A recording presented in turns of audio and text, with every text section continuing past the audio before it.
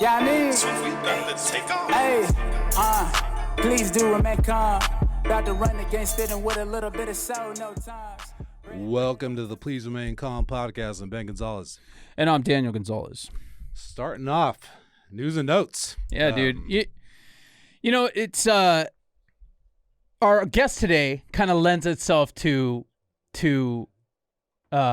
one of the things that I feel like is like one of the best things about being a firefighter, to be honest with you, dude.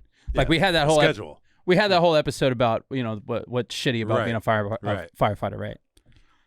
Don't get me wrong by that episode, folks. This is a great career, right? And there's a lot of reasons for it. Not the least of which is the schedule. The schedule. Okay.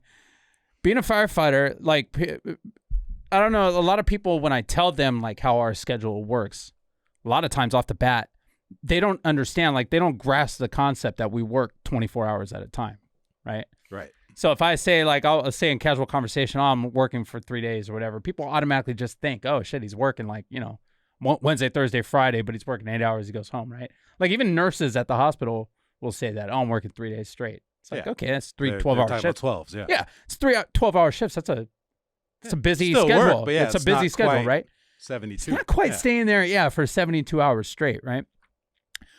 So that takes a little getting used to for people, even more so for family, right? So so let's say you get hired, you know, and you've got a girlfriend, you know, long-term girlfriend, you get hired, you get engaged and all that stuff, right? Then you're in the fire service and you're gone for, if you're working your regular schedule, you're gone 10 full 24 hours out of the month, right? Right. That takes getting used to, man. You know what I mean? It takes getting used to for the person, yourself. Sure. You know what I mean? Working that schedule, getting your body clock used to, you know, waking up in the middle of the night, you know, trying to fall back asleep, waking up again. Like that just screws you up totally, right? Yep. It's the same for family. Like it's hard for people to get used to that. But one of the benefits of it, man, is that if you're working, you know, 24-hour shifts, you can pile up a couple things. You work your regular shift, right? Then you can work overtime. So here's the deal with overtime. That's kind of different than other professions. The fire department is required, right, to have mandatory this many people on duty, okay? Yeah. When your city councilman is arguing for your district at City Hall, you know, at the city council meetings or whatever, you know, one of their jobs is to fight to get you coverage, you know, 911 coverage, whether it's more police, you know, because you've got an uptick in, you know, car break-ins or whatever, whatever, or more, you know, paramedic rescue or an EMT rescue, depending on what the needs are of the neighborhood. Right. So that being said, the fire department, it's not like if Dave calls into, you know, Ross, it's like, okay, we're just going to be short one cashier. You know what I mean? They have to fill the spot. They have to fill the spot, man. So you'll see like, sometimes you'll see like in the, like in the newspaper or something, the Times, there'll be like an investigative report and they'll list the amount of money that firefighters have made, you know, in overtime or whatever, right? And there's always this uproar about it, you know, oh, look at this, that firefighter made $300,000 that year, you know, or this guy made $280,000. What the hell, you know? You got to understand, when somebody makes that amount of money, it's not like we don't make as much as a doctor or as much as a PA. You know, my wife makes more than me. Right. We when you see guys making that much, it's because they are working constantly. Yeah. Okay. For a guy to pull that in a year, they're doing like 20 days a month. 20 plus days a month. Yeah, yes. exactly. 20 plus days a month. Full 24-hour shifts. So the only time they're not off of work, period, not just off at night, off in the morning or something like that, is 8 days out of the entire month that they weren't on duty physically in a fire station required to respond to calls. So we're talking like working 120 hours straight. And that might not even be at the same station. You know, it might be one day at this station, another day at another station. He comes back to his shift at his station, picks up a sod day across town, right? Yeah. So not only are you working those hours, not only could you be up all night, but you're also waking up in the morning at 5:30, packing up all your stuff into your car, maybe driving across town to another spot. The other thing to consider is that the fire stations with the most vacancies are typically the busiest. Yeah, as people call off. Exactly, dude. People call off, and not only that, nobody wants to go and work there, you know, and get your ass kicked for 24 hours. So when you see a guy making that much money, okay, not only is he working his ass off to protect the city, obviously he's eager to make money, but he is providing a service that the city requires. You know what I mean? Like sure. it's not like he's just like somebody he's has not to work. milking it. Yeah, somebody has to work, and nobody's willing to do it, and this guy is. Right. And the way the system is set up too, it's set up to be fair to everybody. So we have basically like a number system, right? You work an overtime day, you get an overtime number, and your number grows with each day that you get, right? Right. So when it's time to hire overtime, the computer will automatically select the guy with the lowest SOD number typically, right? Mm-hmm. So for somebody to make that kind of money, you got to understand he's going from like being the lowest guy because his number's probably the highest. It's got to go through everybody who doesn't want to work, and then he voluntarily works. And if you don't have somebody that's willing to voluntarily work, we have something called assign hires, right? Right. With an assign hire, essentially, my phone could ring right now. I answer it. Hey, Gonzo, this is Captain such and such at Fire Station 9. Hey, listen, we're assign hiring you for the remainder of the shift. We're gonna need you to come in at 9s. Yeah. That's it. Done deal. Can't do shit. I got to come to work, man. Mm-hmm. Stop the tape. I got to go, right? That's how it is. You're at, your kid's birthday party at home. You get the call, answer the phone. You're assign hired. You got to go to work. Yeah. Okay. Only thing you can do, not answer that phone. True. True. So if you call me and get my voicemail, you know what's up. Mm-hmm. But that's the way that timekeeping and the work schedule works for the fire department. Okay. Now, to be fair to the LA Times or reporters that we're talking about here, there are those articles. They do try to kind of drum up some outrage, and people who aren't informed about what you actually have to do to earn that money will get upset that there's so much overtime. But they did also have specific articles where they tracked down cops and firefighters that were taking advantage of injured time. Oh yeah. And that's when people were like really flip the fuck out, and it's justified because there were guys who, and not to say like you shouldn't earn money still when you're injured, okay? Because you got injured in service, right? But if you're injured and there's all these videos of you parasailing in Cancun during it while you're cashing out, then people are mad. Happens across all industries, right? For sure. All industries. That's the other thing though too, man, is you have to keep in mind also that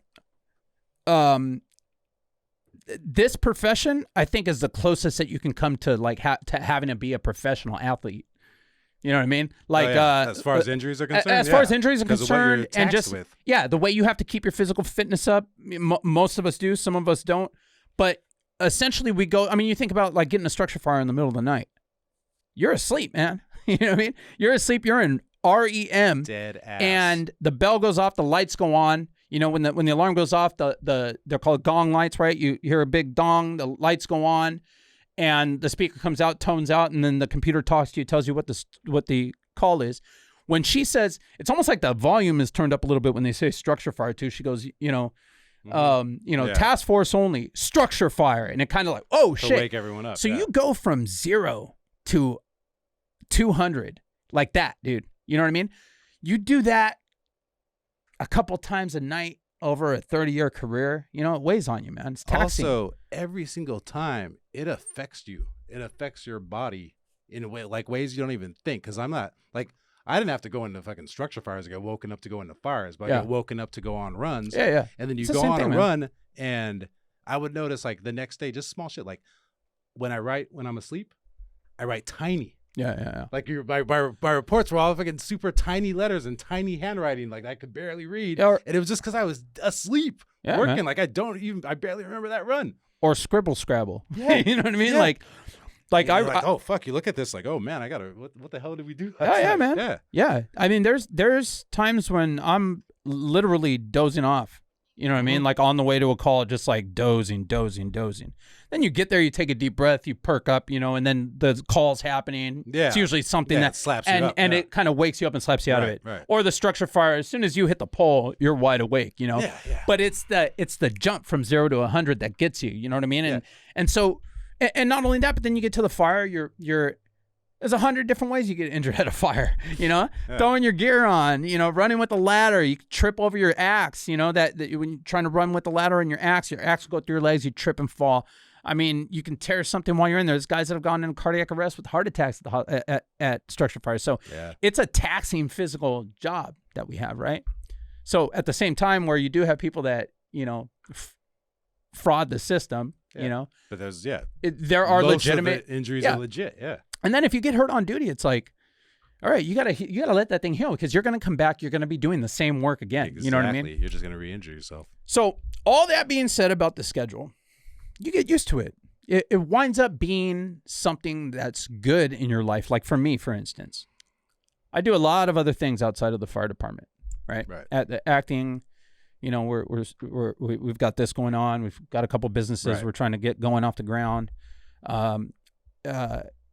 It lends itself to allowing you to trade days around and pick up a day here and there if you're willing to drive all over the city or go up to the valley because there's a vacancy here or whatever. It kind of gives you the freedom to adjust your schedule around, number one. Right.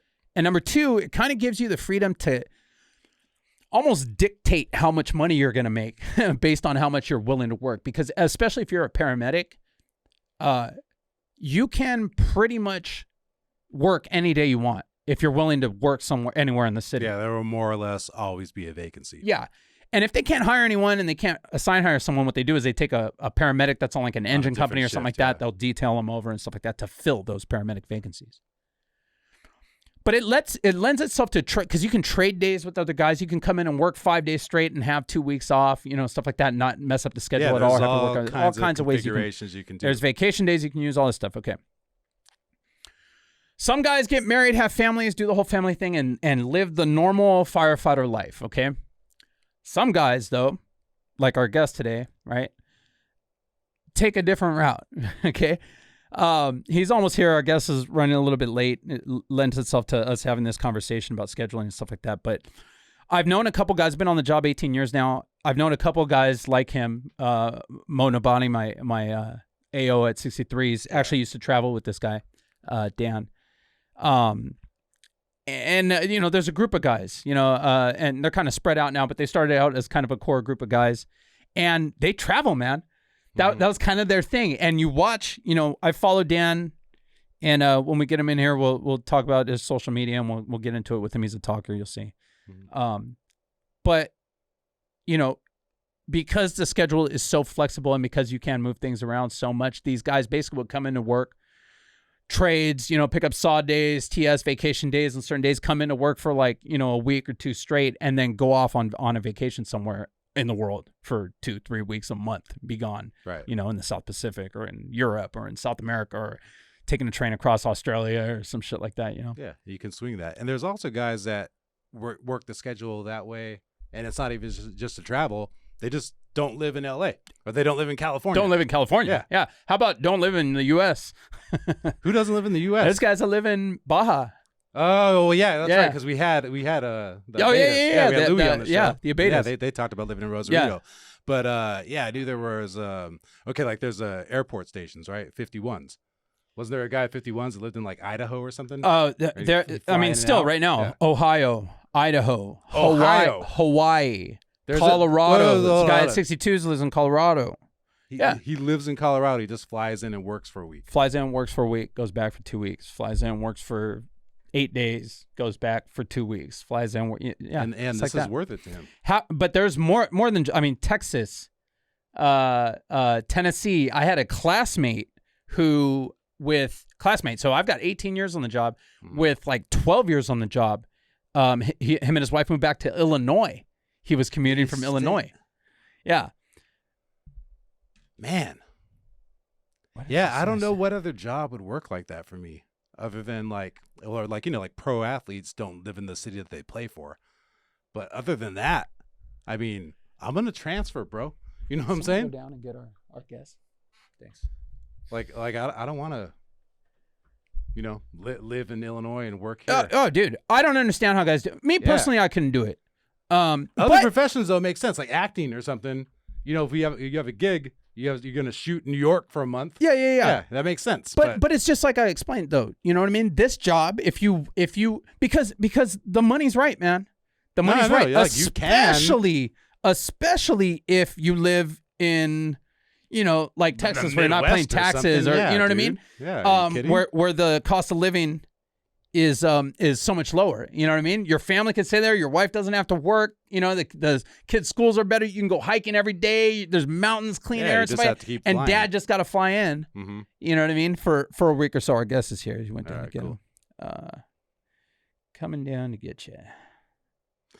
We'll trip out on that. Yeah, man. And I couldn't do it. Just because, like, after, especially now with 18 years on the job, if I'm at work for 48 hours, I'm ready to I don't want a 5-hour trip home. I don't want to be after I've been working. I don't really want to be to work at for more than a day anymore. Yeah, and I want jet lag. Yeah. And I used to work, dude. I used to work 5 days.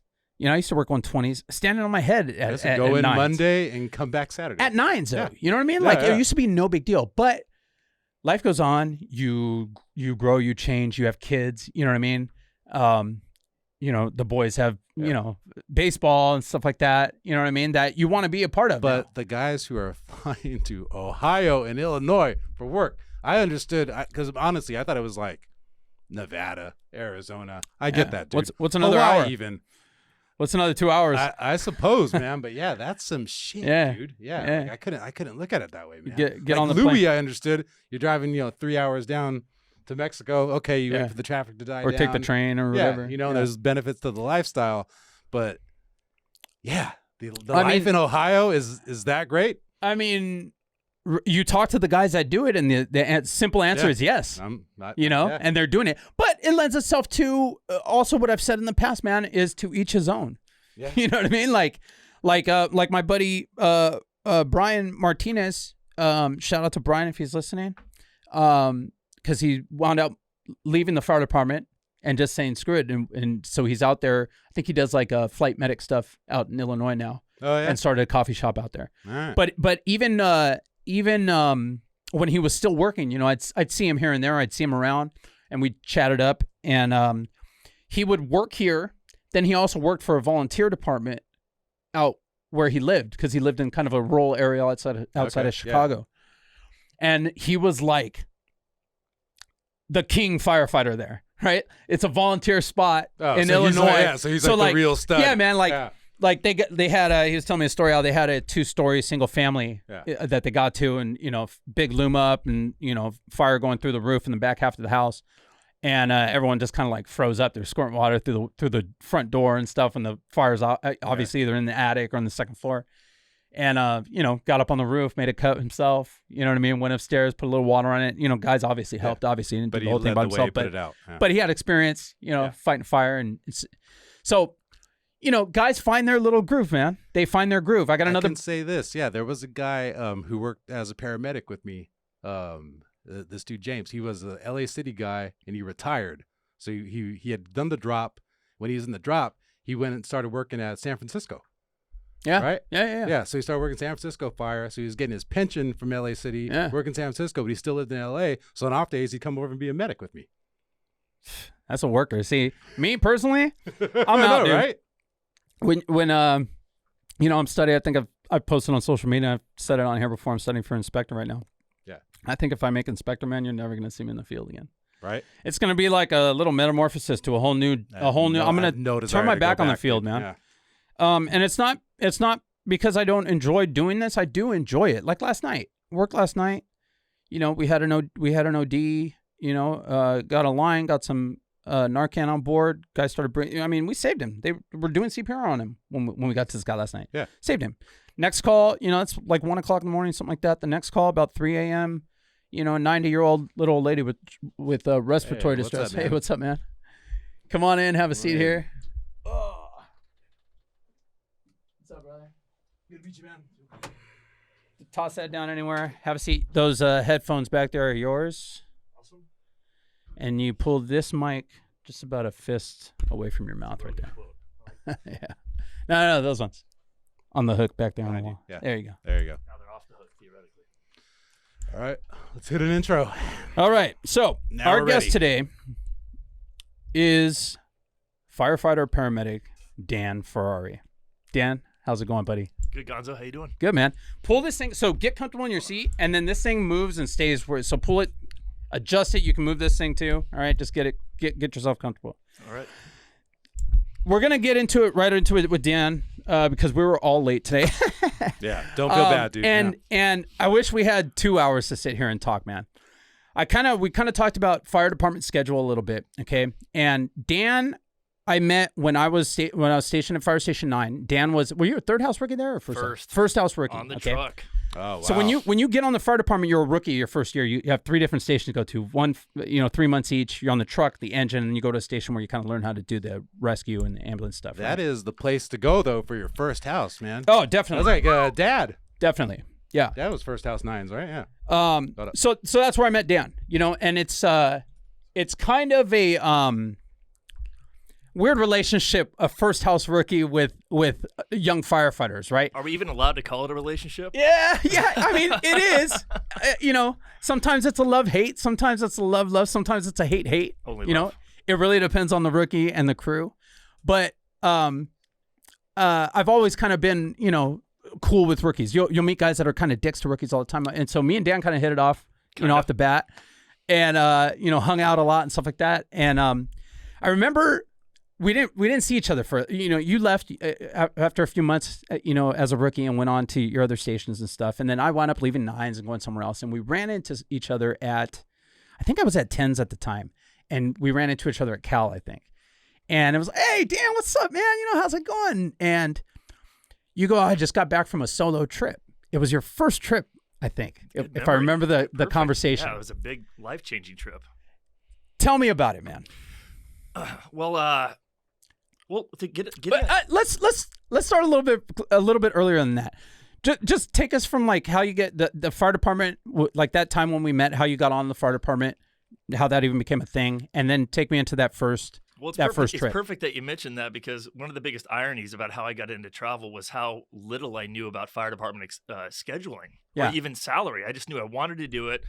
I started as an ocean lifeguard, California State Parks down in Huntington. I initially thought I wanted to be a doctor, which is what everybody in my family did. And then becoming a lifeguard, I realized, hey, I want to work on the truck to drive on the sand. But to do that, you have to go to become an EMT. Right. To be certified as an EMT, you got to ride along with the fire department. It got its hooks in me, and that was it. Yeah. And so I just knew I wanted to do the job, again, without even knowing about the salary, certainly without knowing about the time off capabilities. I just thought it was cool. You could sleep at the fire station, work 24-hour shifts. But other than that, it was just being so gung-ho for the job, knowing very, very little about the benefits of working long hours. When I got off probation, I went to Station 13, Pico Union. Are we allowed to name drop on here? He's retired. Go ahead. No, Go nuts, dude. No, it's a compliment here. So Dave Holcomb was a guy. He did 13 years at 13s, and I'm looking at him going, "That's so cool!" And you're crazy. What are you, an idiot? Yeah, exactly. So I would go on to do 12 years at 13s before. Oh, yeah? Which, by the way, folks, is crazy. Okay, 13s is Say no where joke. it is. It's a Say big. exactly where it is so people get an idea. Yeah, so it's the west end of downtown. Those of you who are like Lakers fans, behind the convention center, Staples Center.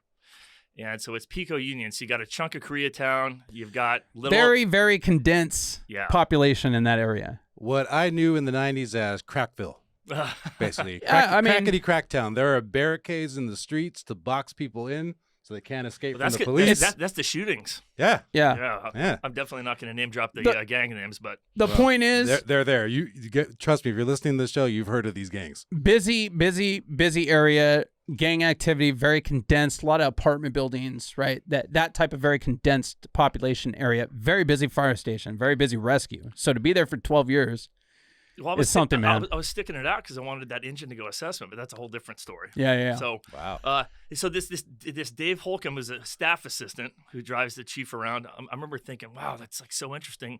I would hear also about him taking what was called a sabbatical. Yeah. I'm like, well, what's that? So engineer Tim Lambert says to me, yeah, he takes all of his vacation time and he goes away for the full 65. I go, what, 65 miles away? What they know? He says, no, 65. What a kid, get in the books, volume 2. And so I look, and we were allowed to take 65 days off of work so long as you procure your time. Right. Banked overtime, vacation, trades. I went, So that started stirring in me. Sure, And yeah. so this trip you referenced that I talked to you about at Cal Hospital, I went, I want to do that. And I thought this was going to be like a once in a lifetime. I'm going to go away. I'm going to have like some life-changing experiences. I'm going to come back. This is going to be my reset. I'm going to go meet the missus. I'm going to buy a house, live in the suburbs, commute. Here we go. Sure. Yeah. It's one step on your ladder of your life, right? Yeah, because I'm like, okay, you know, like it'll be the experience I talk about with my kids. You know, that one time I did this thing. Went through probation, had a little bit of a bachelor time as a firefighter, and then I'm like, okay, well, this is going to kind of be my reset. Had gone through a breakup. I thought this is the right thing to do. Well, I haven't stopped in 10 years. Where'd you go? On that trip, I went to Southeast Asia, and I wanted to develop a skill set. There's a couple other firefighters that had inspired me to. A guy named Scott Kingsland, he's out of 66s. I worked an overtime day with him, and he had told me he does all kinds of different stuff and learns a different skill set every year. He got his Class A license. I think he became a pilot. I think he went to chef school. Yeah. I'm like, well, I like scuba diving, and one of the best places in the world to dive is Southeast Asia. So I began the divemaster certification process. And then I'm like, well, I can work abroad during my 65 days. Yeah. And then that just sit me down. So I spent the majority of the time in Thailand and certain islands of Indonesia getting different certs in different spots. Now, was that that's the first solo? I mean, you've traveled prior to that other places, just regular vacations? Europe with the folks, the Caribbean cruise. But never solo by yourself. Yeah, another continent. Certainly never to that hemisphere. Yeah. So what was the catalyst for that? It was just talking to that guy and just got your wheels turning, or was the breakup like, you know what? It sounded like a eat, pray, love kind of thing. Kind of, man, yeah. How Dan got his groove back. I didn't go to Italy, but I went before that movie came out. Okay. And I didn't know about the book. So how often do you do that now? How long was that first trip? Was it the full 65? Yeah, I came back at 61 because I knew about the jet lag and how that would be. Sure, yeah. I might have tagged an SK day on there at the end, but but I've done it ever since. So I work for about 3 months, bank my time comfortably, and then I go away for 2 months. Sometimes a little bit shorter, 6 weeks, depending on what it is. But I've been able to work abroad, work as a dive master in different spots. Wow. The Balearic Islands of Spain. Ecuador was a really interesting one because it was just a dive shop getting started. Mykonos, Greece was my first one. That was challenging because you got people showing up in the morning. You're like, your pupils are dilated, your heart rate's racing at 130. You can't breathe compressed air at depth. Yeah. And so partying the night before coming to dive. Yeah. But so the freelance dive master gig was a really cool thing. I did that also on the side here. Trey Glennon, who you had on a couple of days ago, he and I together co-founded a freelance dive company, so that was fun. And then since then, I've taken it and tried to really spread it out. And there's a reason I'm kind of expanding all this info to you, is I became so much more balanced and centered on the fire department by figuring out what works for me to prevent burnout. Yeah. For some guys, it's day on, day off, repeat it, hardly take any time off, like to work overtime for money, like to have nice things, maybe have a nice house or go on like little domestic vacations with their family. But in this time of life we're living in, where there's so much dialogue about progressivism, not that I'm necessarily putting my fist in the air and saying let's like start a bachelor revolution, but there is a way in this progressive world we live in where you could be a bachelor, have something to show for it, where it's not just pedal to the metal, wild, crazy partying things. You can go and find different ways that work for you to keep you centered. Yeah. So going out and seeing all these different cultures, learning new skill sets, trying to learn a different craft every year has really balanced me out. And I think I feel a lot of it has come back to really still help me to feel like a more balanced guy on the job.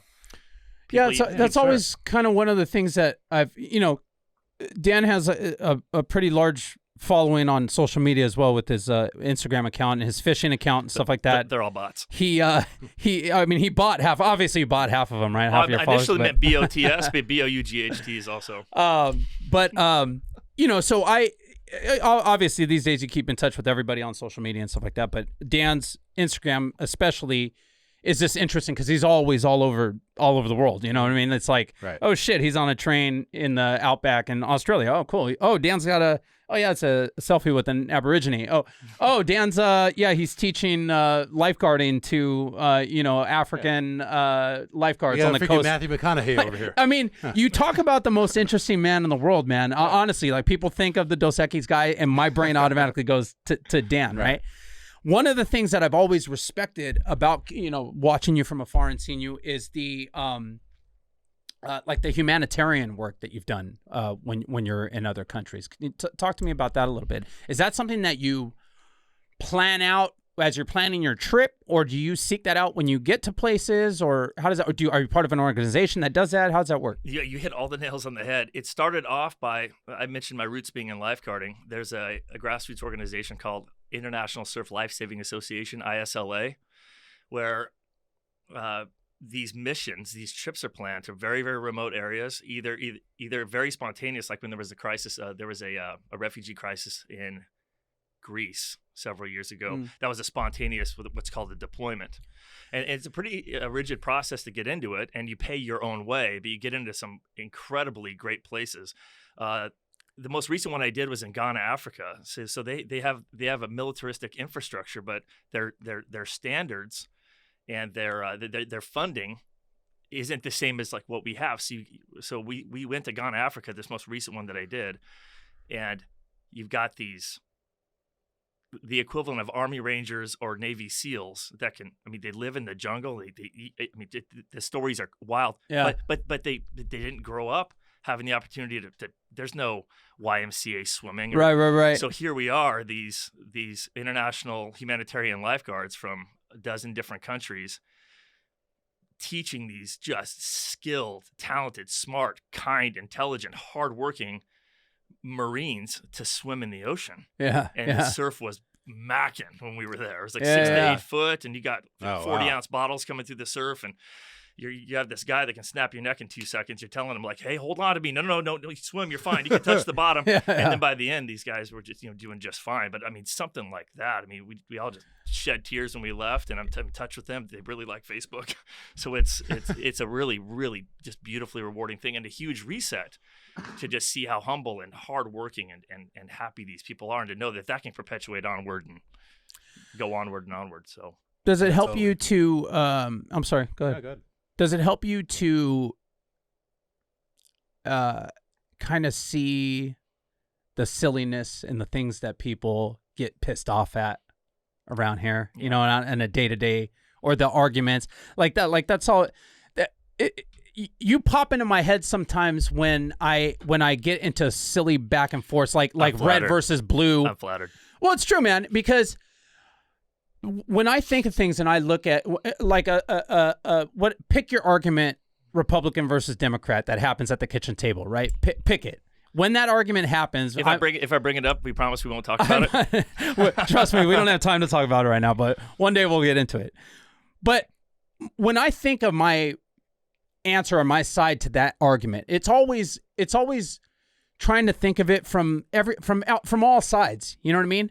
From trying to think of where you're coming from, the person I'm arguing with, like how were you raised, like, you know what I mean? Like, do you watch Fox? Do you watch this all the time? Do you watch? What's your bubble? Where are you coming from? I always try to, and I form my argument based on that, or the way that I'm going to go about making my argument. I form it from that.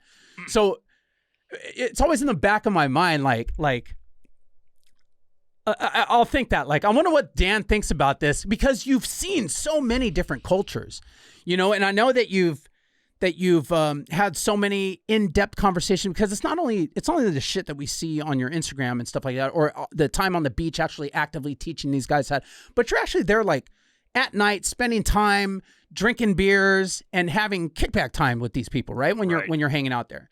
I would imagine that time is the most fulfilling, the most rewarding, what you soak is would you agree with that? Totally agree. We're not supposed to fraternize till after it's all over, and then there's some. No, I can't go that far away. I can't drink that for sure. Oh yeah. Hey, what do they offer you, like Jenkum or something, or every time? I can't smell this bag. Oh, no. There's some interesting.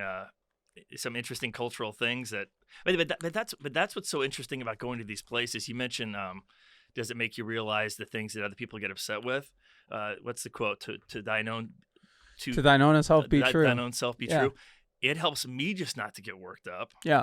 And also not to pass judgment on people that get really bothered. Because you really don't know what's going on in someone's soul. They can still be fixing something in the back of the head from when they were a kid. Exactly. For example, let's say I don't want to dive down this rabbit hole, but my dad was never there for me when I was a kid because he was always off shooting animals with a gun. Therefore, there might be this angle to not like guns. Simply, well, actually, with complexity because of what went on when they were younger. Sure. Yeah. And so you really just don't know. Like you don't know. Yeah. So, and that's kind of my point, though. You know what I mean? Like you never know. So I think that's what's kind of lacking in the discourse in society now as a whole. You know what I mean? Is people don't take the time to think about that. You know, where the other person's coming from. We're so diverse now. You know what I mean? However smaller a person's world is, that's how closed off their view is. Exactly. Yeah. Exactly. Yeah. And so that's one thing I've always just kind of admired and really kind of been jealous of you about, just the fact that you're able to expose. Because I'm like, we're kind of similar in that we love talking to people. You know what I mean? Like if me and you were at the hospital, I think we can keep everybody busy with the two of us just having conversations. You know. Right. And so I love talking to people and meeting people and stuff like that. And ultimately, I took a different route. I got married. I have kids and stuff like that. But ultimately, hopefully, I want to be able to take one trip a year with my kids and expose my kids to the world. Yes. You know?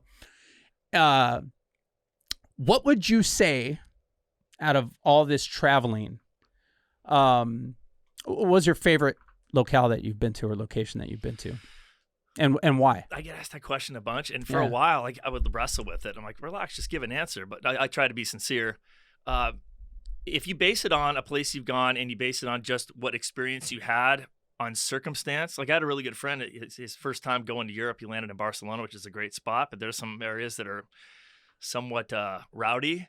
Yeah. And he got pickpocketed and had this and woke up with a hangover. He's like, yeah, Spain. I go, hold on, that's not fair. What if you wouldn't have gotten pickpocketed? What if you'd have met some, Totally. flamenco dancer gal and he started a family? It would have been the most incredible place ever. So based on canopy subjects, food, culture, history, affordability, it has to be the jewel of Southeast Asia. It's got to be Thailand. Yeah, that's what I heard a lot. Yeah.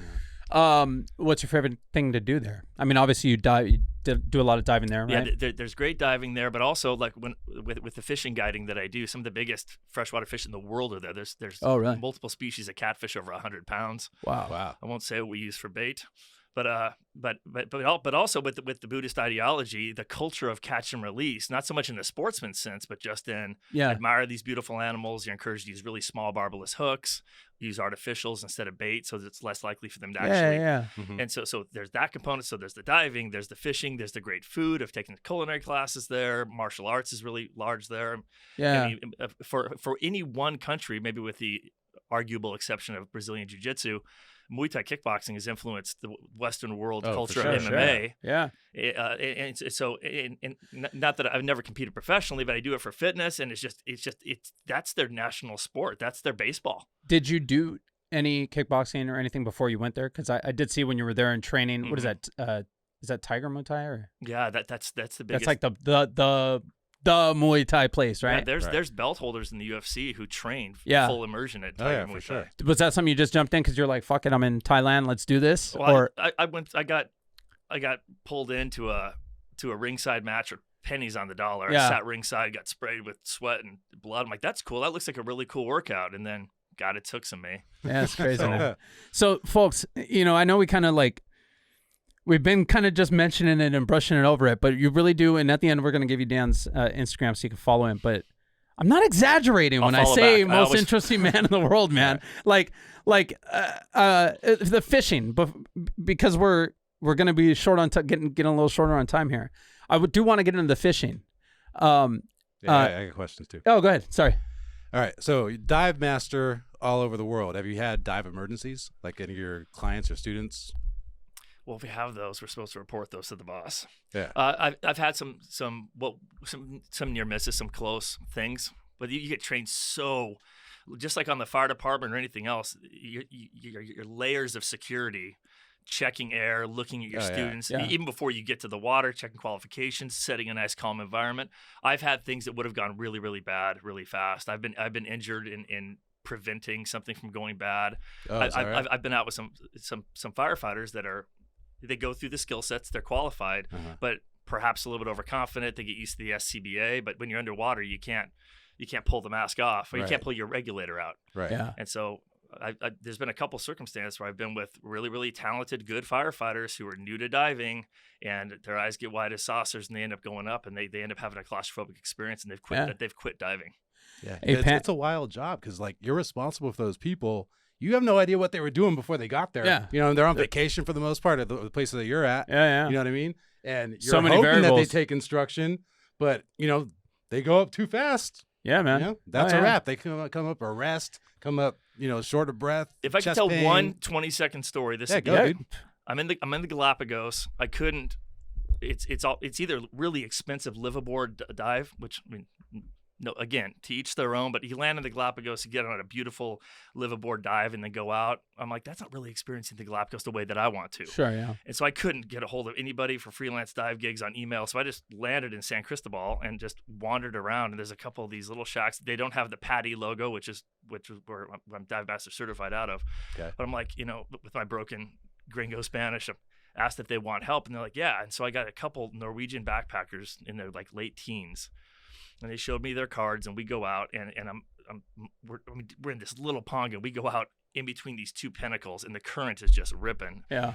And on the back of this young dive pro that's out of the shop, this local, he's got a huge hammerhead shark tattooed on his back, and I'm like, tiburones? He goes, sí.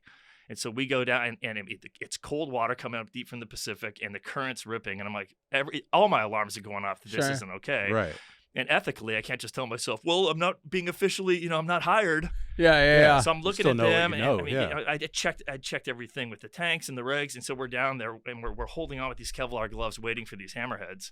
And I tried hammerhead diving 3 or 4 times to like the Sea of Cortez off of Cabo, and it's hit or miss. You can only be down there so long, and we're down there holding the rocks for just a couple of minutes, and a couple of these 2 giant great hammerheads come over and I look over, and both of these 2 now start breathing on the top third of their lungs. Yeah. And so they're getting off balance, and I'm like, okay, shoot. And I look at their tank, and I'm like, okay, we're right at the halfway mark. We already saw the sharks. Let's cut our losses and go. Yeah. And so we go to float up to the top. I don't see where the boat is. We don't have what are called these indicator sausages. And so we were still down deep enough we needed to do a safety stop. But she is still so I'm trying to pull her down. Long and the short of it, we're drifting now fast. Oh, wow. Whoa. Yeah, because you're in the current. And these pinnacles, and so I feel a thump.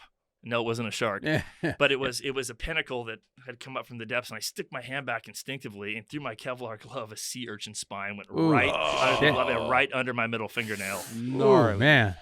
And so Under your middle fingernail? I got the photos. Yeah. Torture. Bro. That's an important sign language finger. Anyway, Dude.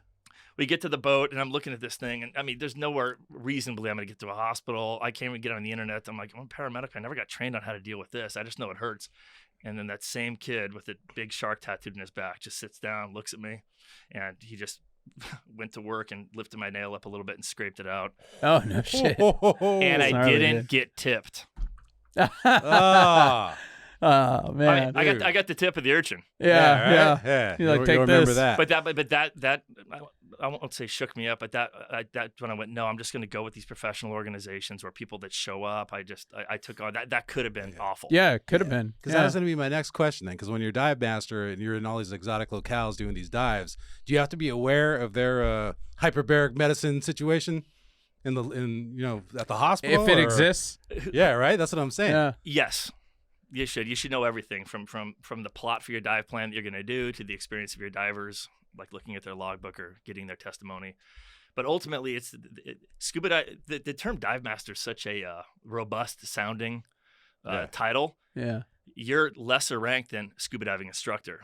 The scuba diving instructor, as a dive master, I'm only allowed to guide certified divers on the respected level of certification that they have. Okay. That makes sense. Yeah. Yeah. But I prefer guiding younger, newer people in safe dives like a sandy bottom or over a reef because the risk is gone. So you can do more fun stuff. You can explore, look at small things. Everything's exciting. Yeah. But I'm not qualified to teach new. I can only take experience. But the challenge that comes with that is you get these guys, that are Marine divers and like Marine Corps, like veterans and stuff. Yeah. And they're like, I'm gonna go down off the cliff to 200 feet and get all tipsy in narcosis and come up. I'm like, yeah, I'm gonna go in this cave real quick. Yeah, right. Pop right out. You're Don't just worry, like, buddy. look, dude, we're in the Galapagos. Like, you're up a fucking creek. Yeah. if you get the bends, dude, like, there's nowhere for you to go. I think the closest one's like, I think it's like you have to go up internationally to Peru. Like Galapagos belongs to Ecuador, dude. but I think you have to go international.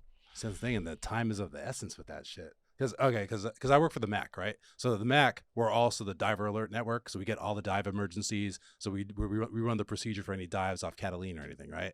And in LA, it's not the best system for hyperbaric medicine. You know what I mean? Catalina. We have the Catalina chamber, Torrance. but it's not like there's doctors there.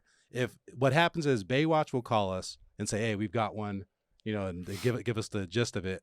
We call the hyperbaric doctor that's at USC and tell him what's up, and he'll say if it's legit or not. Get him to the chamber, right? So there's people that live on Catalina that run the chamber that are always, you know, it's like a team of volunteers. Right? Yeah. So they'll get there and get it operated, but we have to get county fire to send an air unit to USC to pick up a doctor and then fly over to Catalina. Oh, no shit. You know what I mean? Yeah. So it's like 10 minutes for them to get going, 15 minutes for them to get them picked up, another, 15, 20 to get them, or 30 minutes to fly to Catalina.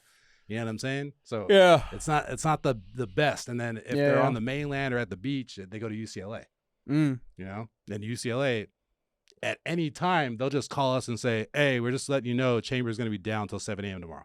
Yeah. You know? And that's pretty much it, dude. Yeah, I hope there's no problem. After this is in LA. those two, where do you go? There are a couple other chambers, but they're not Isn't really Scripps set up for doesn't San Diego. Scripps, don't they have one? I only know for LA County. I don't know. Oh, okay. Yeah. After UCLA, I think we have to call. I think Long Beach Memorial has one. There's one other smaller I think it's facility Torrance, that has one. Isn't Torrance? Torrance has a burn center. I don't know that they have a chamber though. I think the other chamber's in Long Beach. Gonzo, I'll look it up and get back to you. Yeah, get back to me, man. We'll get back to you in future episodes, folks. Yep. Did you grow up fishing? Yeah, yep. Is that your thing? Dad took me out. Yeah. Either because he loved it and liked hanging out with me, or he wanted to get away from Mama. Not sure. Either way. Have you found that there's basically fishing anywhere you travel? Like, do you take your rods with you everywhere you go? Actually, usually not. I'll buy there. And as much as it sounds like over the top humanitarian, you go and spend $30 or $40 US, even if the gear is inferior. Sure. The ease of not having to carry it. You support a small business while you're there. Sure. And then if there's a hot ticket to get connected to a local village guide, if you go in and you purchase gear, now it's almost like you're tipping by supporting a business, and then if when you get a local guide, he knows how to use this gear and equipment. Sure. And then you can just carry on a small bag and travel fishing life hack, folks. Do you when you plan a trip, do you plan it as like, hey, this is going to be a fishing trip, this is what I'm going for? Do you have specific reasons, or do you pick an area of the world and go, hey, this is where I'm going to go, and then investigate what's going on there and plan it out that way? Yeah, it clusters. There's some that, like, every time I go to Alaska, which I do every summer. If you want to book me, I have openings in August. August what? Might go. Yeah. I know a couple guys from 63s are going. Yeah, I got a couple guys from 25s who are going. Yeah. But go Might fish get in on Alaska? Yeah, salmon fish in Alaska. Yeah, it looks crazy. He goes every year, man. Yeah, the big halibut. That saved me from. I mean, everybody was affected by the coronavirus, right? But travel was one of the things that was just absolutely just like shut down. Yeah. But Alaska, I was able to get a really good gig working on a boat, which I wanted to do since I was a teenager. It just never panned out with school, college, career choices. But they normally won't take you unless you do like the full 4+ months, because they want like a solid deckhand that's going to be there the whole time. Sure, yeah. But I went, hey, hang on a second. I said, hey, do any of you in the fleet need help? Because they said, yeah, a lot of our deckhands drive up in like campers from the lower, or in vans from the lower 48 with the Canadian border closed. Yeah. How long can you stay? I said, 65 days. 64 days. And so I was out of Valdez, and I worked on a tournament grade halibut sport boat, and it was a great time. Hard work, no money, but just a ton of fun. 100-pound fish every day. It's experience, right? Yeah. So trips like that, like I can't go to Alaska and like not fish. Sure. Yeah. You can go in the wintertime, in the dead of winter, where there's 23.5 hours of darkness, and just sit and stargaze and wait for the northern lights. I would still find ice and bore a hole in it and a space heater and go for it. Talk to me about real quick about like your living situation, right? Because you have is the couch surfing, is an exchange that you do with people that travel? Yeah, but it's not required. It's not like a trade at the fire department. Like, Yeah, hey, yeah. when are you going to pay me back? We're No, gonna get in of trouble. course, yeah. Yeah, couchsurfing is a community. You can look it up, couchsurfing.org. It's like the trading places. It's almost a bohemian community of backpacker travelers. Like Southern California, Los Angeles, namely, even if you stay in one of these hostels here, it's not that cheap. Oh, Even yeah, a man. Motel No. 6 downtown. I mean, so you get people that are on a budget where their currency kind of balance is different against the U.S. dollar. Yeah. They're like, you're Sure. kidding me. Yeah. And some of them are kind of At the shady, Cecil Hotel. you know, Right? No, Yeah. that was advertised at one point before it became infamous. hotel. Mhm. Yeah. Yeah. Yeah. It's crazy. How crazy is that, man? Unreal. Have you seen that special on Oh, Netflix? yeah, of course. Yeah. How nuts right? is that? It's so funny that you brought that up, man. But there's a special on Netflix about the Cecil Hotel. I don't know if it was called that. No, Remember what it's called? it was Crime Cecil- scene Cecil no, but Hotel? now it's before the incident really went public, they switched over from being this hotel and they called it Stay on Stay Main, on and, Main, they were, yeah. and they were advertising as a hostel. Yeah. Yep. Yep. And so I had people going like, "Hey, we're staying at the only hostel downtown." I'm like, "Nope, No, you're gonna stay with no, me. Don't yeah, do it. exactly, Yep. dude. I'll flip you my keys and I'll stay with my family. You Well- stay at my place." We'll try to do an episode with maybe with a couple guys from Yeah, Nines Nines, to talk yeah. about the Cecil, man, because That'd that be place cool. is something else. But couchsurfing, what's cool about it is it's you have like a profile, so you can choose who stays with you. And my rules across the board are you got to be verified. You have to donate to the community. They do a background check on you. They mail you something to confirm that your address is real. You got Yeah. to take a picture of it and send it back. And then there's references and everything. So it's almost like a TripAdvisor / like Facebook, or even like more like a dating profile. Oh, really? But the rules on that are super strict too. You get one like creeper review, you're like ex-nayed. It's Yeah. over. Out of the community. So, yeah. So it, obviously during But the it saves you money on these trips that you're doing, right? Yeah, Essentially. but what's interesting is that I liked about it is even being home, I felt like I was traveling without traveling by hosting. Yeah. People are stoked. Still they're meeting happy. people. My place where I live, it's monikered the Wanderlust Loft. I also run my little minimalist travel business through there. Yeah. And so I've had more than 200 would-be strangers that I've just met and just have stayed with me. Sometimes they'll cook for you, bring you magnets or candies or whatever it is. And then if there's days where I'm going to work and I've already met them and trust them, I just let them stay there. Yeah. And then the gratitude they have, I don't consider it debt, but I have had it where I've reconnected. And certainly in countries where it would be challenging to go, like when I went to the Kingdom of Oman off the Persian Gulf, it was you have to have a letter of invitation to even get there. And so I just send a Facebook message off, say, hey, if you're free and around. And so I was able to get picked up at the airport and get right through security and stay in this really cool spot where there's incredible fishing, by the way. Oh, really? That was a really cool Wow. thing. Who knew about Oman? Yeah, man. It's a Well, tourist destination. that's the thing. It's one of obviously you can hear Dan, is a good talker. He's an interesting dude to talk, and couldn't be a nicer guy. It's a problem. It's a problem sometimes. I don't have enough good things to say about Dan. I'm sure you can find people that have some bad things to say about him, right? But that's one of the things that I always appreciate is like he'll pop up somewhere, or he'll be, somewhere doing something or fishing or doing one of these lifeguard things. And it's the only time that I would ever get exposed to that thing that he's doing. You know what I mean? Like I would have never thought of the train across the Australian Outback is one that always sticks in my mind. Do you remember Quigley Down Under? Yeah. Okay, there's a movie Quigley Down Under, dude. We used to watch that. Tom Selleck. Yeah. Great movie, right? He was like an old West sniper. Yeah, but it was all in the Australian Outback, right? So I've always had this like fascination with, and then Crocodile Dundee, and so I've always had this fascination with Aboriginal Australians and so yeah. Then this one day you pop up on this freaking train, and of course your pictures are all cool, right? And so there's like a sunset and the train, and it's like the Australian Outback from Quigley Down Under. And I'm like, I didn't cry. I didn't cry, but it was like a moment where I was like, "Damn, all right, you know Dan, what's funny, all right, though? you're doing it, that dude. You're Quigley." That train ended in Darwin, and next to Darwin, just west of it, is Dundee. Oh, no shit. Is Dundee Bay. That's so funny, man. Yeah. It's just little things like that, but or trekking through some mountain, somewhere in the Himalayas, and I'm like, what is this fool doing? And Dan then gives you life. and then 2 days later, he's got the most beautiful like multicolored fish, that he's holding up, and it's like and you see in the comments, people are like, holy shit, that's this and this, and just like, if I'm not even in this community of fishermen, travelers, and stuff like that, and I see your shit, and it puts a smile on my face, and the amount of followers that you have, man, I just want to acknowledge. I don't know if you realize that old Gonzo, your buddy, who doesn't do all this traveling or anything, it brings me joy to see you on these trips, man, and follow you on Instagram and follow you on your social media and see the things that you're doing and the humanitarian stuff that you do and the medical mission stuff that you do. You know me, man. I think life is there to be lived. You know what I mean? So to watch you do that, to me, is just, it's an awesome, amazing thing that you're doing with your life, dude. And obviously, I don't know the ins and outs and what goes on behind the doors of, your life, but what I see, what you expose and what you present to the outward world, it brings me joy, man. So I would only imagine that it does to other people. Thank you. And what I want to say to you is what you have brings me joy too. There you go, man. No. This isn't throwing shade.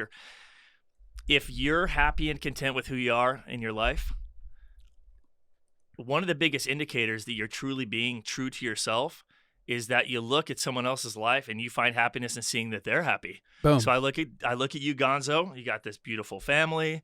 You do your acting stuff on the side. You absolutely kill. You look great in a mustache. Hey, you are thanks, the Latino Selleck, as I far as I'm appreciate concerned. that. But one of the biggest indicators of somebody not necessarily being unhappy is if someone will be really, really critical of what you do. Sure, yeah. And one of the biggest indicators of you being happy is how bothered you are by that. Yeah, exactly. You can't please everyone. I mean, the most powerful people in the world, the most influential, a lot of them ended up getting killed because they did great, great things. Jesus, Kennedy, the list goes on, right? Sure, yeah. And so if you're really content with what you're doing, you'll be happy also in seeing other people's happiness. You won't be that frowning mug over the cup of coffee at the firehouse. Yeah, exactly. Right. It's such a drab, draining thing to be, is that frowning mug. You know what I mean? Like it's so much lighter and so much, I don't know, man, more freeing and stuff like that to be light and go about life, with your way of looking at things, open to new experiences, open to meeting new people. It's a process. I love it, man. It's you got to stay on it, like everything, like fitness, like relationships. You got to stay on it and keep those edges rounded out nice and smooth, or sharpen the edges if you want to look at the analogy. However you want to that look way. at it, either way. However you like your edges, really is how it Just always be a depends. little bit edgy to oneself to oneself be true. Something like that. All right. We have hyped this up for an hour. Now we can get to the real meat. Yes. Where can they follow you, Dan? Oh, Give us all your social medias, man, and We're please, wrapping to folks, an end here. hold on a second. Grab a pencil. We got 5 seconds here. Right. Find out why Danny's fanboying out. Sharpen it. I'll just give you one to put it in pen. Go ahead. But write to me, and if you want on any type of traveling, I don't charge you. I'll do a consultation for you. If we're going to write a plan for you, you're going to pay a little bit, but not a lot. And understand too that you're getting a unique experience. If you're going to travel, you're not getting on Travelocity to book a trip to wherever it is that Dan's going to help you. He's going to help you find This ain't kayak. the kind of back, you know what I mean? He's going to help you find these. This is through experience and meeting interesting people and connections and stuff like that he's built this business, correct? If I'm not wrong. Yes. Okay, so that's what you're getting if you call him for travel. So do that. If you're planning on travel and everything's opening back up, I'm sure people are eager to get out and get on with their lives and travel and experience things again. Give Dan a call if you're interested in something out of the ordinary. But go ahead and give him your social media so they can look you up. It's Wanderman Dan with underscores between the words. So wander_man_Dan. Perfect. And the fishing one, isn't a different one for fishing? Or There's is a it the link same? on the first one. Oh, there you go. Boom. Hello, Linktree. You can find me at DannyGonzo34 on Instagram and Twitter. You can follow me at Ben9Humor, Ben number 9 Humor, like benign tumor on Instagram and Twitter. You can follow the show at PRC Pod on Instagram and Twitter, or PRC Podcast on TikTok. Contact us, email us, contactprcpod@gmail.com with questions, complaints, or if you want to know more shit about Dan or what Danny thinks about him. Also, if you guys have been paying attention, we're starting a little t-shirt company. Follow Centigrade Clothing. I'm also going to make some new podcast t-shirts that should be available in the next week or so, and we'll post those somewhere for you to be able to purchase if you want. Right. Also, everything that we talked about here, all of the opinions and things expressed here are our own opinions. They do not represent the opinions of the Los Angeles City Fire Department or the LA County Department of Health Services. Right on. Thank you guys very much, Dan, for listening. thanks, man. Thanks for coming on, Dan. Great meeting you. We'll see you. All right. Yeah. Hey. All right. Hey. Yeah, I mean. So we done, let's take off. Hey. Please do remain calm. About to run against it and with a little bit of soul, no times. Bread.